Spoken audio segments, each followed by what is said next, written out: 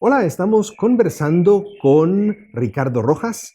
Él es juez, escritor, profesor universitario. Y tenemos con nosotros algunas de sus obras. Ricardo, comencemos con la decisión judicial y la certidumbre jurídica. José del Valle, que es un importante estadista y académico guatemalteco de finales de 1700 y principios de 1800, escribió que el establecimiento de jueces es uno de los puntos más delicados en todas las sociedades políticas. Y tú abordas el tema de los jueces en este libro. Sí. Cuéntanos desde qué perspectiva y por qué. Bueno, supongo que el hecho de que tú seas juez tiene mucho que ver, pero cuéntanos intimidades. Bueno, fundamentalmente, justamente después de 20 y pico de años siendo juez, digamos, con ejercicio de la magistratura diario, vos te vas dando cuenta que una cosa es lo que dicen las leyes, lo que dicen las constituciones, y otra cosa es la tarea efectiva de lo que los jueces hacen, que es una tarea muy importante y que no es solamente para analizar desde un punto de vista jurídico, sino que fundamentalmente lo que los jueces deciden tiene una importancia económica fundamental. O sea, permanentemente el juez normalmente resuelve una contienda, un conflicto entre dos personas, pero esa decisión que el juez va a tomar repercute en mucha otra gente. En gente que padece las consecuencias de esa situación específica. Hay acreedores, deudores, hay parientes, mucha gente que depende de lo que el juez decide. Y además el juez al decidir está creando una pequeña norma jurídica que se junta con muchas otras y forma la jurisprudencia, que es precisamente son los criterios judiciales que le permiten a la gente tener certeza en el sentido de que puedan saber cómo resolverían los jueces en el futuro si les tocara resolver algo parecido a lo que resuelven hoy. Eso en los lugares donde los jueces, digamos, hay cierta estabilidad en las decisiones judiciales, que es algo que está muy tocado en este libro. Es decir, uno de los motivos por los cuales han funcionado bastante bien sistemas judiciales como los anglosajones o algunos europeos, es porque los jueces en realidad son permanentes y por lo tanto la modificación de los jueces se va dando muy lentamente a medida que se mueren, que se jubilan o que se renuncian por algún motivo.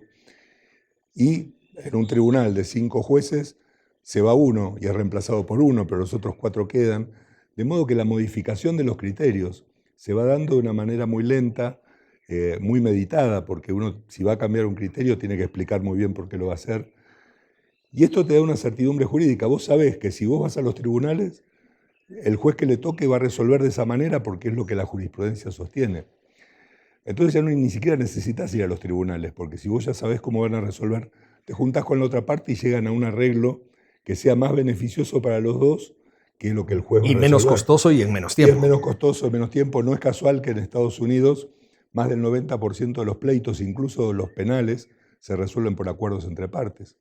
¿Por qué? Porque los abogados ya saben, si van al juicio, qué es lo que los jueces van a resolver. Entonces dicen, ¿para qué vamos a gastar todo este dinero en hacer esto? Si vas a perder, preferible que pierdas hoy, minimizando costos, a perder después de un juicio y que tengas que pagar además abogados, Costas, peritos y abogada, todo lo claro. demás.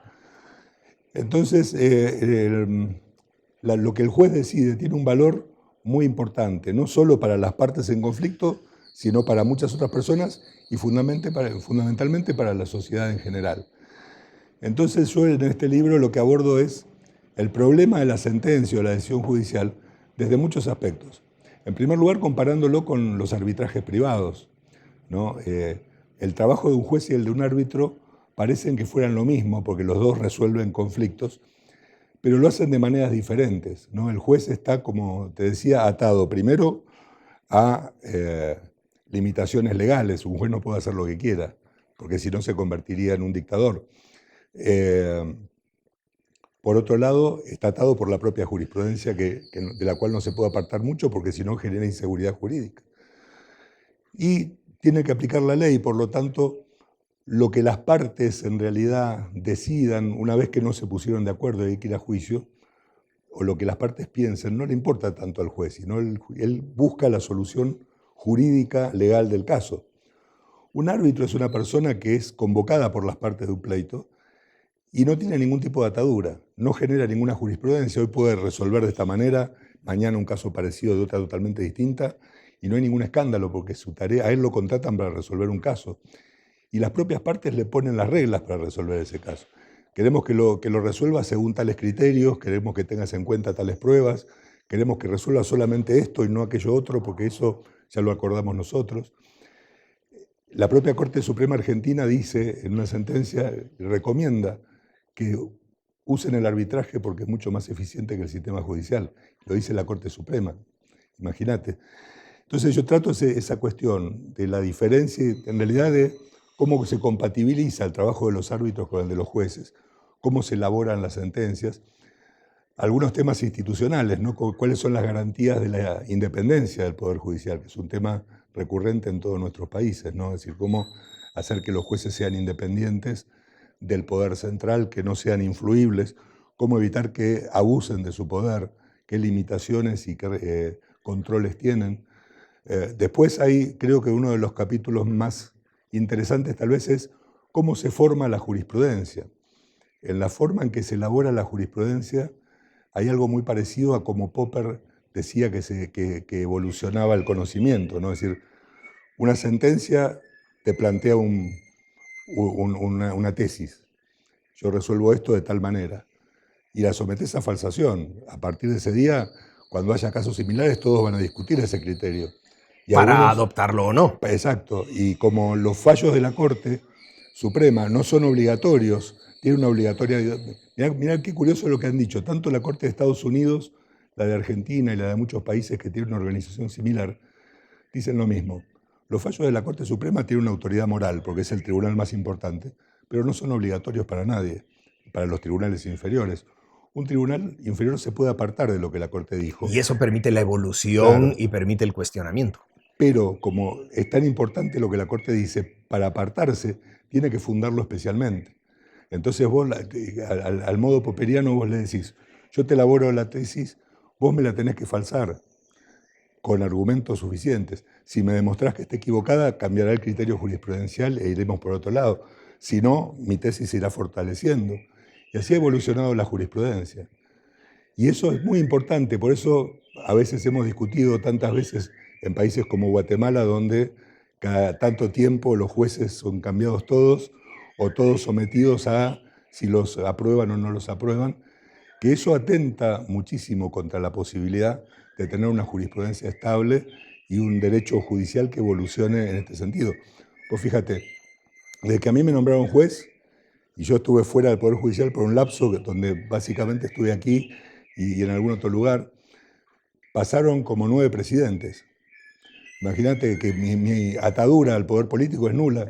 Yo no le debo absolutamente nada a nadie, si es que alguna vez le hubiera debido algo a alguien, y en realidad tengo una libertad de criterios. Pero si yo supiera que el año próximo tengo que convalidar mi cargo porque me van a someter a una comisión de postulación que se maneja con criterios que tal vez no son tan objetivos. Y posiblemente políticos. Exactamente. Ya se va enturbiando el sistema. Entonces, el peligro de que los jueces sean permanentes, dice, bueno, pero ¿cómo va a estar 40 años una persona siendo juez? Lo solucionás controlándolo. Si dicta, si prevarica o comete un delito, a la cárcel. Pero mientras tanto, vos fíjate, un juez tiene un trabajo que es jurídico, es decir, establecer criterios jurídicos y sostenerlos en el tiempo. Un presidente es simplemente un administrador de recursos que debería solamente hacer las cosas que el Congreso le indica en la ley de presupuesto y en las leyes generales de política, pero es un simple administrador. Uno puede cambiar su administrador cada 4 años y no hay ningún problema, porque a lo mejor hay un administrador que era muy bueno, pero no es indispensable. En nuestros países pareciera que los presidentes son indispensables y que todo el poder pasa por lo que el presidente diga. Es lo que mucha gente espera, ¿no? Que el Exactamente. presidente mande, que el presidente controle. Que, entre paréntesis, es el tema de una de mis novelas, que después podemos hablar del consorcio. Pero bueno, para terminar con esto, y fundamentalmente hay un último capítulo que es una cosa personal sobre cómo deben ser escritas las sentencias, ¿no? Porque hay que distinguir muy bien lo que es una sentencia judicial de lo que es una monografía académica. Y muchas veces los jueces tienen la tendencia a escribir monografías en lugar de sentencias. ¿Por qué? Porque obviamente en general los jueces son profesores universitarios, los concursos para ser jueces son concursos de oposición y de antecedentes, donde los antecedentes académicos son importantes y la oposición es sobre algún tema sobre el que tienen que exponer, y por eso su formación académica es importante, pero históricamente se ha visto que los buenos académicos normalmente no son los mejores jueces y los buenos jueces no necesariamente son buenos académicos, son dos trabajos muy distintos. Y entonces yo trabajo el tema de cómo deberían los jueces elaborar sus sentencias.